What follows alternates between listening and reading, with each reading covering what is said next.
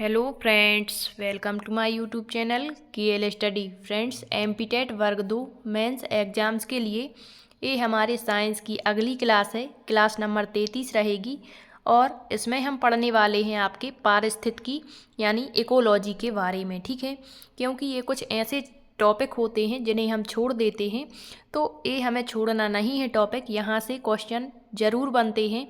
तो आपको बता दें, इससे पहले हमारे 32 लेक्चर्स हो चुके हैं और इनकी प्लेलिस्ट बनी हुई है, आप जा कर के यहाँ पर देख सकते हैं। ठीक है, तो सबसे पहले हमने हमारे साइंस में बायोलॉजी को स्टार्ट किया था, क्योंकि पहले जब हमने पात्रता परीक्षा दी हुई थी तो वहाँ पर मतलब ज़्यादातर क्लासें आपको केमिस्ट्री और फिजिक्स की दी थी। ठीक है, बायोलॉजी के कुछ ही टॉपिक हो पाए थे। तो यहाँ पर आपका जो मेंस एग्ज़ाम्स है वो अब बहुत जल्द होगा, क्योंकि आपकी जो आचार संहिता है वो अभी लगी हुई है। इस कारण से आपको इसका नोटिफिकेशन नहीं मिल रहा है, लेकिन जैसे ही आपकी जो है इलेक्शन हो जाएंगे तो आपका नोटिफिकेशन भी बहुत जल्द आएगा और फिर आपके पास में बहुत कम टाइम बचेगा। तो आप अभी से तैयारी करते रहिए, बिल्कुल कंटिन्यू आपको तैयारी करनी है, क्योंकि आप देख रहे हैं कि कंपटीशन बहुत ज़्यादा है और आपको हर एक टॉपिक को अभी समय है तो अच्छे से कवर करके रखना है। ठीक है, तो आप सारे लेक्चर ज़रूर देखें और जितने भी पात्रता परीक्षा के लेक्चर डले हुए हैं वो भी आप ज़रूर देखें, इससे आपको ही बेनिफिट होगा। ठीक है, अधिक से अधिक आप यहाँ पर मेहनत करिए ताकि आप सिलेक्शन ले पाएँ। और इस बार आपकी जो है वर्ग 2 की अच्छी खासी पोस्ट आएंगी, तो आपको मतलब तैयारी में लगे रहना है। ये नहीं कि जब नोटिफिकेशन आएगा तभी तैयारी स्टार्ट करेंगे। ठीक है, तो ये बिल्कुल ही गलत होगा। तो आज की क्लास में हम देखेंगे पारिस्थितिकी। इससे पहला जो हमारा लेक्चर रहा, इससे पहले मतलब पिछले वाला, तो उसमें हमने पढ़ा हुआ था पादप रोग। ठीक है, क्योंकि हमने सबसे पहले हमारे बायोलॉजी में हमारा जो है कोशिका वाला टॉपिक, जो सजीव जगत है उसमें आपको बहुत सारी चीज़ें पढ़नी है। ठीक है, तो कोशिका से लेकर के मतलब आपके शरीर का निर्माण कैसे होता है, कोशिका से आपके मतलब कोशिकाओं का जो समूह होता है वो ऊतक कहलाता है। फिर ऊतक से आपके अंग बनते हैं, अंग से अंग तंत्र का निर्माण होता है। इसके बाद आपके जीवों का 5 जगत वर्गीकरण जो होता है, बहुत बड़ा चैप्टर होता है। इसमें आपको पांचों जगत बहुत अच्छे से कवर करवा दिए हैं। मोनेरा जगत, प्रोटिस्टा जगत हो गया आपका, इसके बाद आपका जंतु जगत, पादप जगत और कवक जगत। ठीक है, तो जो पादप जगत है हमारा, क्या है पादप जगत, तो पादप जगत में हमने इसकी जो है स्ट्रक्चर यानी पादपों की जो संरचना होती है वो पढ़ ली थी। आवृतबीजी क्या होते हैं, अनावृतबीजी क्या होते हैं, ब्रायोफाइटा क्या कहलाते हैं, टेरिडोफाइटा क्या कहलाते हैं। फिर आवृत बीजियों की आकार की मैं आपको जड़, तना, पत्ती हर एक चीज़ अच्छे से करा दी थी। ठीक है, फिर कुछ ऐसे टॉपिक जिन्हें हम छोड़ देते हैं जल्दी जल्दी के चक्कर में, जैसे आपके हो गए पादप हार्मोन्स। ठीक है, यहाँ से क्वेश्चन बनता है, ये टॉपिक हमने आपको करवा दिया है। इसके बाद हमने पादप रोग कि पादपों में विषाणुओं के द्वारा कौन कौन से रोग होते हैं, जीवाणुओं के द्वारा कौन से रोग होते हैं। ठीक है, और विभिन्न प्रकार के जो पोषक तत्व होते हैं वो क्या हैं, नाइट्रोजन स्त्रीकरण क्या होता है, सारी चीज़ें आपको करवाई हैं। अब हमारा इसी क्रम में ये नेक्स्ट सेशन है और इसमें हम पढ़ेंगे पारिस्थितिकी, इकोलॉजी। ठीक है, इसके बाद पारिस्थितिकी टॉपिक के बाद पारिस्थितिक तंत्र। पारिस्थितिक तंत्र जिसे हम इकोसिस्टम कहते हैं, यहाँ से आपके काफ़ी क्वेश्चन बनते हैं। आपने खाद्य श्रृंखला, खाद्य जाल पढ़ा होगा वहाँ से। ठीक है, इसके बाद पिरामिड, पिछली बार आपकी जो पात्रता परीक्षा हुई उसमें पिरामिड से क्वेश्चन पूछा गया था। ठीक है, ऊर्जा पिरामिड से लेकर के, तो यहाँ पर क्वेश्चन काफ़ी बन जाते हैं। तो आइए स्टार्ट करते हैं अपना सेशन। सबसे पहले पारिस्थितिकी अर्थात इकोलॉजी जो है वो किस भाषा के शब्द से बना हुआ है, इसका अर्थ क्या होता है, ये हम देख लेते हैं। ठीक है, तो अंग्रेजी भाषा का है इकोलॉजी, ये तो सबको पता है, कहीं कहीं इसको ओइकोलॉजी भी कह देते हैं। ठीक, तो पारिस्थितिकी अर्थात इकोलॉजी अंग्रेजी भाषा का है और यह शब्द ग्रीक भाषा के 2 शब्दों से, कौन कौन से शब्द, तो इकोलॉजी कौन सी भाषा का शब्द है, इंग्लिश का है। ठीक है, और यह ग्रीक भाषा के 2 शब्दों से बना है, एक तो ओइकोस होता है और दूसरा होता है लॉगोस। आपको इनकी स्पेलिंग याद रखनी है, थोड़ी सी मिस्टेक करने पर क्वेश्चन गलत हो जाता है। OIKOS, ओइकोस और लोगोस से मिलकर के बना है, जो कि 2 ग्रीक भाषा के शब्द हैं। अब ओइकोस का अर्थ क्या होता है, तो ये बिल्कुल बेसिक सा है, आपको ये बस रटना नहीं है, एक बार समझ लेना है तो आसानी से याद रहेगा। तो इकोलॉजी ग्रीक भाषा के दो शब्दों ओइकोस और लोगोस से मिलकर बना है। ओइकोस का अर्थ ही होता है घर, जिसे हाउस कहते हैं, या फिर रहने का स्थान, प्लेस टू लिव कहा जाता है, ठीक है। जबकि लोगोस का अर्थ होता है अध्ययन, आपने खूब पढ़ा होगा साइकोलॉजी, ठीक है। तो यहाँ पर लोगोस वहाँ भी आता है, यहाँ भी, तो इसका एक ही अर्थ है, क्या है, अध्ययन, स्टडी या डिस्कशन यानी चर्चा, ठीक है।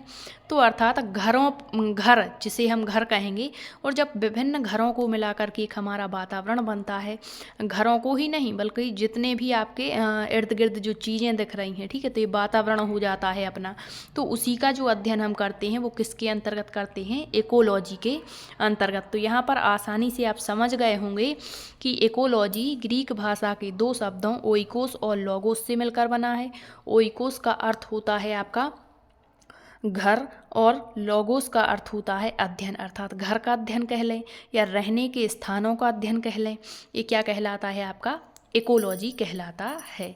अब इसका शाब्दिक अर्थ क्या है, पारिस्थितिकी क्या है, जीवधारियों और उनके आवासों के बीच होने वाले संबंधों का अध्ययन। मतलब जो जीवधारी हैं, जो आपके जितने भी आपके वातावरण में जीवधारी हैं और उनका जो निवास स्थान है, जो आवास है, इन दोनों के बीच का जो अध्ययन है वो कहाँ किया जाता है, आपका इकोलॉजी में। अब थोड़ी सी परिभाषा के तौर पर हम देखें तो पारिस्थितिकी किसकी शाखा है, जीव विज्ञान की, ठीक है, किसकी शाखा है, जीव विज्ञान की शाखा है। तो पारिस्थितिकी जीव विज्ञान की वह शाखा है जिसके अंतर्गत जीवधारी और उसके वातावरण के पारस्परिक संबंधों का अध्ययन किया जाता है। एक तो जीवधारी स्वयं और वो जहाँ पर रह रहे हैं, निवास स्थान, आवास, उसका जहाँ पर परस्पर अध्ययन किया जाए वो क्या है, आपका पारिस्थितिकी है। अब आपके पारिस्थितिकी शब्द का प्रयोग पूछ लेते हैं कि सबसे पहले किसने किया था। जैसे हमने कोशिका पढ़ा था, कोशिका का अध्ययन क्या कहलाता था, साइटोलॉजी कहलाता था। कोशिका का अध्ययन सबसे पहले किसने किया, जीवित कोशिका के बारे में किसने बताया, ये चीज़ें होती हैं, ठीक है। तो यहाँ पर हम देखेंगे पारिस्थितिकी शब्द का सबसे पहले प्रयोग यदि पूछता है तो रिटर महोदय ने किया था, और कब किया था ये भी आपको याद रखना है, सन 1868 में किया था, ठीक। लेकिन इसको पूर्ण रूप से परिभाषित और विस्तृत अध्ययन का श्रेय यदि पूछता है तो वो जर्मन जीव वैज्ञानिक थे अर्नेस्ट हैकल, इन्होंने सन 1869 में किया।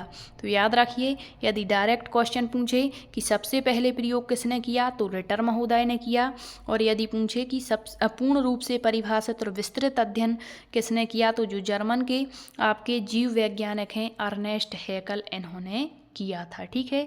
कब किया तो सन 1869 में। अब आसानी से आप समझेंगे इकोलॉजी क्या है, अंग्रेजी भाषा का शब्द है जो ग्रीक भाषा के दो शब्दों ओइकोस और लोगोस से बना है। ओइकोस का अर्थ होता है घर या रहने का स्थान, और लोगोस का अर्थ होता है अध्ययन, अर्थात घरों के अध्ययन को, या जहाँ पर जीवधारी रहते हैं उनके और उनके आवासों के बीच के अध्ययन को क्या कहते हैं, हम इकोलॉजी कहते हैं। इकोलॉजी शब्द का सबसे पहले प्रयोग किसने किया तो रिटर ने किया। कब किया, 1868 में। लेकिन पूर्ण रूप से परिभाषित और विस्तृत अध्ययन अर्नेस्ट हैकल ने किया। और यदि क्वेश्चन केवल ये पूछता है कि इकोलॉजी का सबसे पहले अध्ययन किसने किया है, तो यदि रिटर ऑप्शन में नहीं है तो फिर आपको अर्नेस्ट हैकल ही लगाना है, ठीक। अब इनके अनुसार इन्होंने अलग से अपनी परिभाषा बताई थी इकोलॉजी की। तो देखेंगे अर्नेस्ट हैकल ने क्या कहा था कि पारिस्थितिकी को इन्होंने परिभाषित करते हुए कहा कि जैविक और अजैविक। अब हम ये देखेंगे अभी कि जैविक कारक क्या होते, मतलब जिनमें जीवन है, और अजैविक कारक क्या होते, मतलब जो निर्जीव हैं, ठीक है। तो अभी ऐसे समझेंगे कि इन्होंने कहा कि पारिस्थितिकी वह है जिसमें जैविक और अजैविक वातावरण के साथ प्राणियों के अंतर संबंधों का संपूर्ण अध्ययन किया जाता है। मतलब जो प्राणी मात्र है, ठीक है, ये तो जीवित होंगे, ठीक है।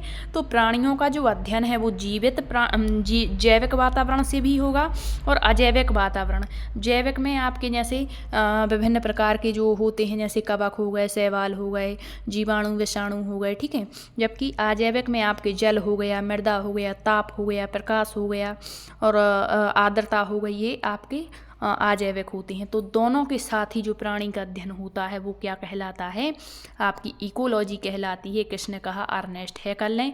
और इन्हीं परिभाषाओं को देखते हुए आपके पारिस्थितिकी की कई शाखाएं बनाई गई और फिर एक प्रमुख शाखा के अंतर्गत एक विशिष्ट प्रकार का अध्ययन किया जाने लगा। ठीक है, पहले क्या था कि केवल कह देते थे कि सभी जीवधारियों का उनके आवासों के साथ होने वाले अध्ययन को इकोलॉजी कहते हैं। लेकिन जब जो विभिन्न विद्वानों ने अलग अलग अपनी अपनी डेफिनेशंस दी, उसके आधार पर फिर इसकी कई शाखाएँ विकसित हुई कि इस शाखा के अंतर्गत इस चीज़ का अध्ययन होगा। ठीक है, तो इससे अध्ययन में भी सुविधा हो गई और चीज़ें भी आसानी से फिर समझ में आने लगी। तो देखेंगे पारिस्थितिकी की शाखाएं, कभी कभी तो यही क्वेश्चन बन जाता है कि बताइए कौन सी पारिस्थितिकी की एक शाखा नहीं है। तो आपको हर एक चीज़ का अध्ययन यहाँ पर करना है। तो मुख्य रूप से जो पारिस्थितिकी की शाखाएं हैं वो दो होती हैं। ठीक है, पारिस्थितिकी की शाखाएं मुख्य रूप से कितनी हैं, दो हैं। एक तो स्वपारिस्थितिकी ऑटो इकोलॉजी और समपारिस्थितिकी जिसे सिन इकोलॉजी कहा जाता है। ये दो याद रखेंगे। फिर यहाँ पर जो आपकी समपारिस्थितिकी होती है इसको कई उप शाखाओं में बांट दिया जाता है। ठीक है, किस में बांट दिया जाता है, कई उप शाखाओं में। तो सबसे पहले स्वपारिस्थितिकी आप देखेंगे क्या कहलाती है। तो यहाँ पर थोड़ा सा आप ध्यान देंगे। पारिस्थितिकी विज्ञान की वह शाखा जिसके अंतर्गत किसी विशेष जीव, क्या कहा, किसी विशेष जीव या उसकी जाति। अब ऐसा नहीं है कि जीव विशेष है तो केवल एक ही जीव होगा, उसकी पूरी जाति भी हो सकती है। तो किसी विशेष जीव या उसकी जाति का उसके वातावरण से पारस्परिक संबंधों का जो अध्ययन होता है वो स्वपारिस्थितिकी कहलाती है। बिल्कुल आसानी है यहाँ पर याद करने में कि किसी विशेष जीव की बात की जा रही है या फिर किसी विशेष पूरी उसकी जाति का अध्ययन, उसके वातावरण मतलब जहाँ पर वो है जाति स्थित, ठीक है, उसका अध्ययन उसके पारस्परिक संबंधों से और उसके वातावरण से जब किया जाता है तो वो स्वपारिस्थितिकी कहलाती है। अब इसके अंतर्गत जीव या उसकी जाति का मतलब कोई विशेष जीव है या उसकी संपूर्ण जाति है तो उसका भौगोलिक वितरण भी आ जाएगा। मतलब उसका जितना भी विकास क्रम होता है, उसका संरचना क्या है, स्ट्रक्चर क्या है, कार्य की और जीवन चक्र पर पड़ने वाले विभिन्न कारकों के प्रभाव, मतलब जो वातावरणीय कारक हैं इनके प्रभाव और पारस्परिक संबंध सब का इसमें अध्ययन किया जाएगा, क्योंकि विशेष की बात यहाँ पर की गई है। ठीक है, तो ये होती है स्वपारिस्थितिकी। अब हम देखते हैं समपारिस्थितिकी यानी सिन इकोलॉजी क्या कहलाती है। तो पारिस्थितिकी विज्ञान की वह शाखा जिसके अंतर्गत बहुत से जीवों का सामुदायिक तौर पर, ठीक है, अध्ययन किया जाता है। किसके साथ में, तो पर्यावरण और उसके पारस्परिक संबंधों के साथ में। तो इतना ही इनमें अंतर है।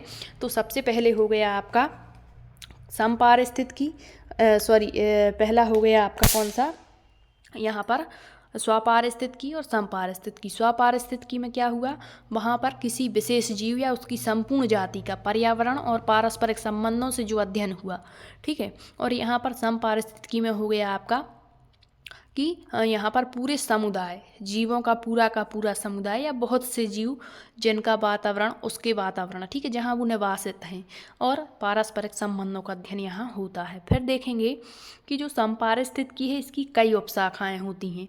तो पहली है समुदाय पारिस्थितिकी, ठीक है। अब इसकी भी कई शाखाएँ हैं। तो समुदाय पारिस्थितिकी नाम से ही स्पष्ट है, कम्युनिटी इकोलॉजी। तो देखिए इसमें क्या होता है, इसके अंतर्गत समुदाय और उसके वातावरण या पर्यावरण के पारस्परिक संबंधों का अध्ययन होगा। तो यहाँ पर आपको ये रटना नहीं है। समुदाय कहा मतलब समुदाय मतलब किसी जाति या जो समुदाय है उसके संपूर्ण समुदाय का उसके वातावरण और संबंधों के साथ अध्ययन होगा। फिर है जनसंख्या पारिस्थितिकी यानी पॉपुलेशन इकोलॉजी। तो यहाँ नाम याद रखने हैं आपको कि कौन कौन सी इकोलॉजी की शाखाएं हैं और किसकी शाखाएं हैं। तो जितनी भी अभी हम लगभग 14-15 शाखाएं आपको बताएंगे, ये सबकी सब समपारिस्थितिकी की शाखाएं होती हैं, ठीक है। तो जनसंख्या पारिस्थितिकी में क्या हो जाएगा, जनसंख्या और उसके पर्यावरण के पारस्परिक संबंधों का अध्ययन होगा। फिर जीवोम पारिस्थितिकी यानी जिसे हम जीवोम इकोलॉजी कहते हैं, इसके अंतर्गत जीवन और उसकी पर्यावरण के पारस्परिक संबंधों का अध्ययन किया जाता है। अब आपकी जो प्रमुख शब्दावली होती है ये भी एक लेक्चर में आपको करवा देंगे कि जीवोम क्या होते हैं, पारिस्थितिकी अनुक्रम क्या कहलाते हैं, अनुक्रमण क्या होता है, ठीक है, यहाँ से भी क्वेश्चन बनते हैं। फिर देखेंगे पारिस्थितिक तंत्र पारिस्थितिकी यानी इकोसिस्टम इकोलॉजी। तो इसके अंतर्गत किसी पारिस्थितिक तंत्र और उसके पर्यावरण पर संबंधों का अध्ययन किया जाता है पर्यावरण और उसके संबंध का अध्ययन। किसके साथ में? तो किसी पारिस्थितिक तंत्र के साथ। नेक्स्ट है आवासीय पारिस्थितिकी अर्थात हैबिट्स इकोलॉजी, पारिस्थितिकी विज्ञान की वह शाखा जिसके अंतर्गत पृथ्वी पर उपस्थित विभिन्न आवास स्थान या विभिन्न जीवों पर उसके प्रभावों का अध्ययन किया जाता है, आवासीय पारिस्थितिकी कहलाती है। और आवास स्थान के आधार पर यह भी कई प्रकार की हो सकती है।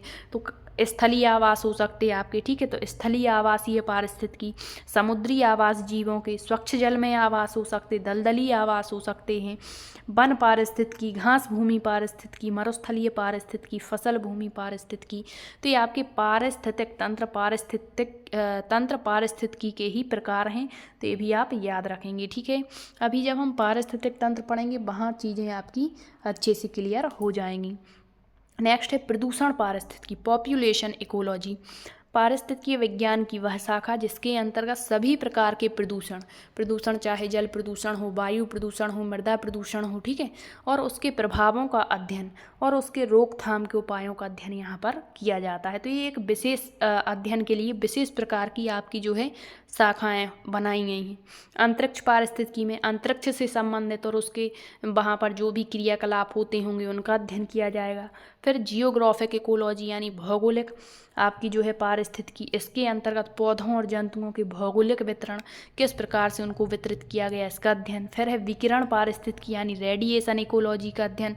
तो इसके अंतर्गत जो आपके हैं पर्यावरण और जंतुओं पर विकिरण और इसका जो प्रभाव पड़ता है उसका संपूर्ण अध्ययन, कैसे प्रभाव पड़ा, रोकथाम कैसे करेंगे, इसके अंतर्गत होगा। नेक्स्ट है उत्पादन पारिस्थितिकी, प्रोडक्शन इकोलॉजी, मतलब जो है आपके पारिस्थितिक विज्ञान की ये वह शाखा है जिसमें विभिन्न पारिस्थितिक तंत्र के सकल और शुद्ध उत्पादन का अध्ययन किया जाता है, ठीक है, और अधिक उत्पादन प्राप्त करने के लिए उनका समुचित प्रबंधन यहाँ होगा।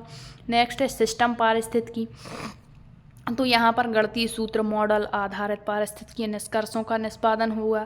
व्यवहारिक पारिस्थितिकी, एप्लाइड इकोलॉजी के अंतर्गत विभिन्न प्रकार के जो प्राकृतिक स्रोत होते हैं जैसे कृषि हो गई, वानिकी, मृदा प्रदूषण नियंत्रण, जीवन संरक्षण, वन्य जीव संरक्षण आदि, इनका विस्तृत अध्ययन यहाँ होगा।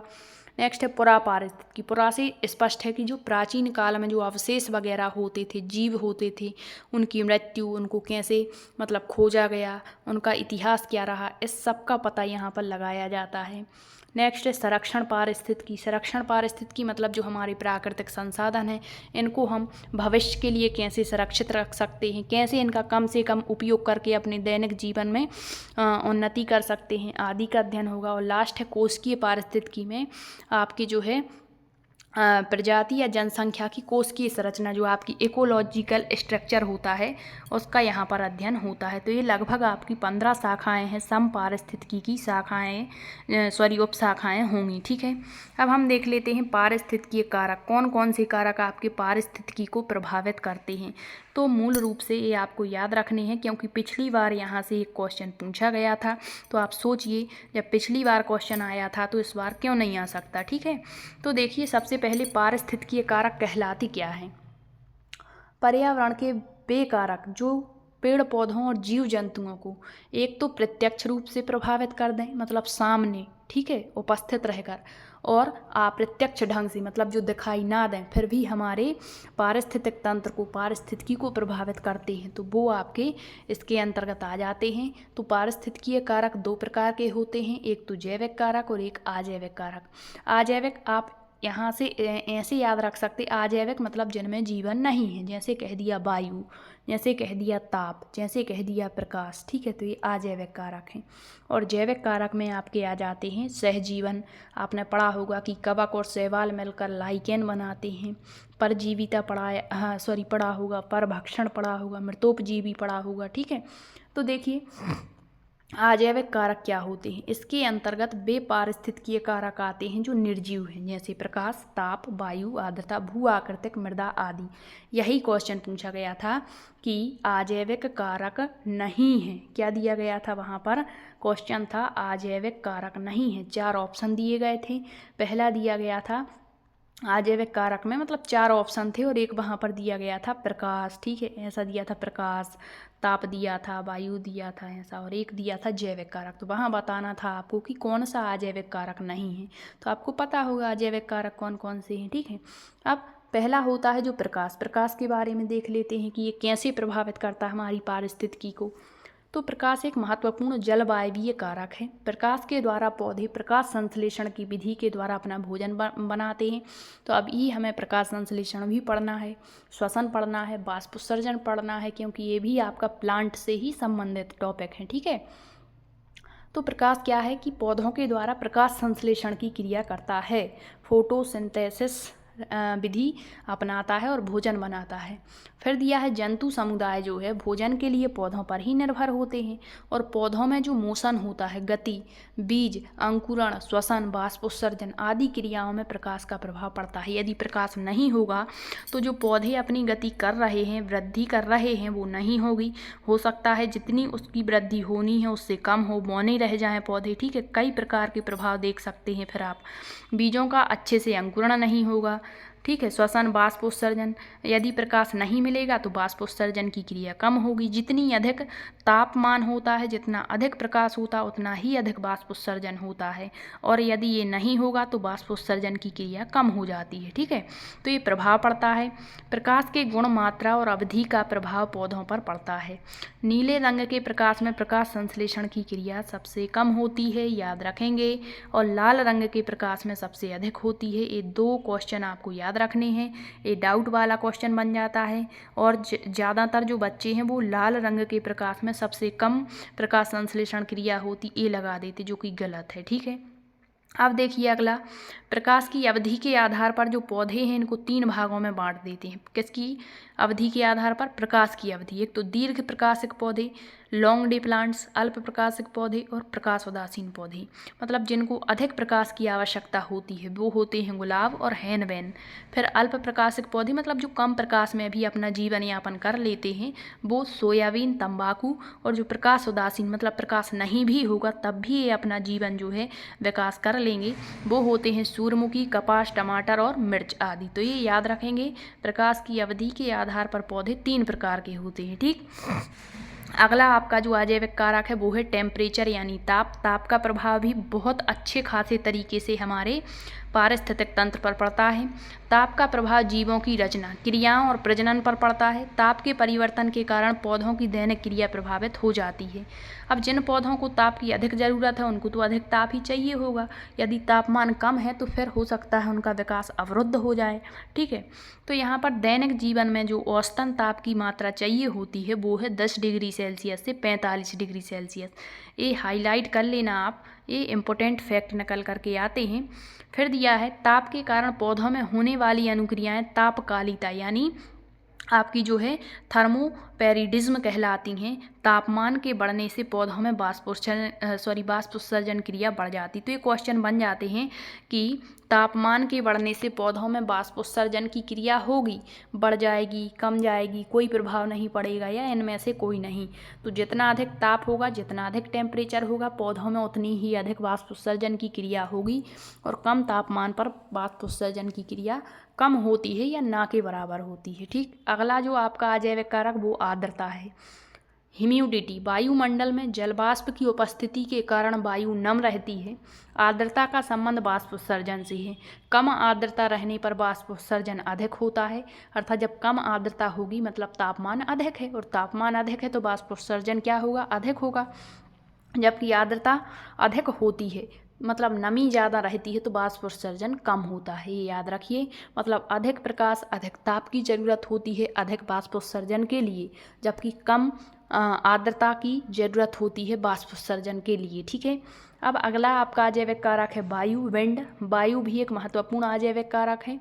इसका प्रभाव मुख्य रूप से भूमि अपर्दन, परागण और बीजों के प्रकीर्णन, ये आपको पढ़ा चुके हैं। प्रकीर्णन क्या होता, परागण क्या होता है। नेक्स्ट है भू आकृतिक कारक जो होते हैं, टोपोग्राफिक आपके जो कारक होते फैक्टर्स होते हैं।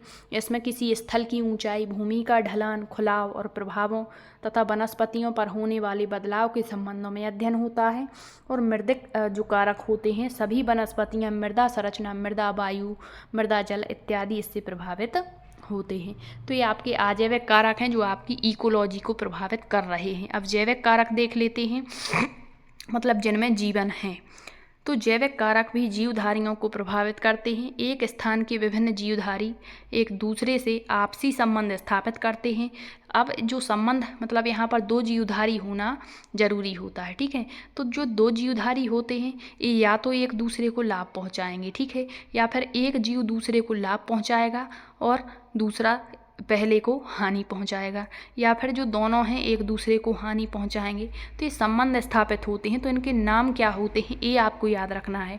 पहला सहजीविता, आपने यदि सीटेट दिया होगा तो खूब पढ़ा होगा, बगुले और भैंस का संबंध, ठीक है। तो यहाँ पर सहजीविता है। सहजीविता यानी इनके इंग्लिश नाम याद रखिए, सिम्बायोसिस कहते हैं। इनमें दो जीव होंगे और दोनों ही परस्पर लाभकारी, मतलब पहला यदि दूसरे को लाभ दे रहा है तो दूसरा भी पहले को लाभ देगा, मतलब यहाँ पर जो है इक्वलिटी पाई जाती है। जैसे कवक और शैवाल दोनों मिलकर लाइकेन बनाते हैं। तो कवक क्या करता है, कवक जो होता है ये मतलब एक प्रकार से वातावरण प्रदान कराता है, किसको, शैवाल को। और जो शैवाल होता है इसके पास में क्या होता है, क्लोरोफिल होता है, ठीक है। तो ये जो है हरे पौधों के माध्यम से भोजन का निर्माण करता है। तो इसने वातावरण दिया, इसने भोजन बनाया प्रकाश संश्लेषण के द्वारा, और दोनों में क्या हुआ, एक समानता हुई, मतलब इसने इसको लाभ दिया, इसने इसको लाभ दिया, और क्या बनाया, लाइकेन। तो ये सहजीविता कहलाती है। नेक्स्ट है आपका परजीविता। परजीविता यानी पैरासिटिज्म। तो इसमें एक जीव दूसरे जीव पर आश्रित रहता है तथा उसे हानि पहुंचाता है। मतलब एक जीव दूसरे पर आश्रित है और उसे हानि पहुंचा रहा है, तो इसे लाभ तो होगा नहीं, इसे तो हानि हो रही है। अर्थात कवक हो गया, जीवाणु विषाणु, जैसे कवक है तो किसी भी चीज़ के अंदर घुस जाएगा और उसको खराब कर देगा, मतलब इस चीज़ को क्या कर दिया, उसने हानि पहुंचा दी, परजीवी हो गया। इसी तरह से विषाणु कई प्रकार के रोग उत्पन्न कर देता है। जीवाणु कई रोग, जैसे जीवाणु हमारे शरीर के अंदर प्रविष्ट कर जाते हैं तो कई प्रकार के रोग, जैसे हैजा हो गया, ठीक है। तो हैजा जो होता है ये मतलब एक प्रकार का जीवाणु विब्रियो कॉलेरी से हो जाता है तो हमें हानि पहुंचाता है, ठीक है। नेक्स्ट है सहजीविता। सहजीविता यानी इस प्रकार के संबंध में एक जीव को हानि तथा लाभ नहीं होता जबकि दूसरा जीव लाभ में रहता है। मतलब एक पहला जीव या दूसरा मान लें तो उसको ना तो लाभ होगा ना ही हानि, लेकिन जो दूसरा जीव होगा उसको लाभ होगा। ये अधिपादप हो गया, जैसे एफीफाइटा जिसे कहते हैं, और लियाना। नेक्स्ट है परभक्षण, पेरिडेशन। इस प्रकार के संबंध में एक जीव दूसरे जीव का पूरी तरह से भक्षण, यहाँ भक्षण होगा, ठीक है, भक्षण कर लेता है, जैसे जू, फैंगस।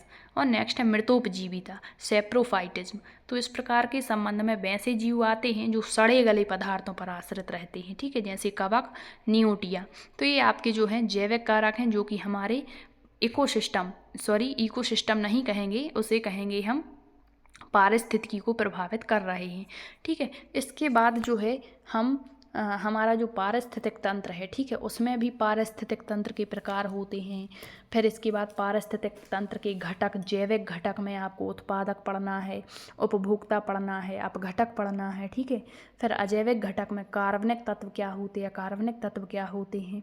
तो ये सारी चीज़ें हम यहाँ पर नेक्स्ट सेशन में देखेंगे। यदि आपको क्लास पसंद आई है तो शेयर ज़रूर करें, और यदि आपका कोई डाउट बनता है तो आप कमेंट्स के माध्यम से ज़रूर पूछें, और अपनी पढ़ाई को बिल्कुल भी बंद ना करें, कंटिन्यू रखें। आपका नोटिफिकेशन ज़रूर आएगा और फिर आपके पास में बहुत कम टाइम होगा, इसीलिए अभी आपके पास समय है तो आप हर एक टॉपिक को बहुत अच्छे तरीके से कवर कर सकते हैं। धन्यवाद।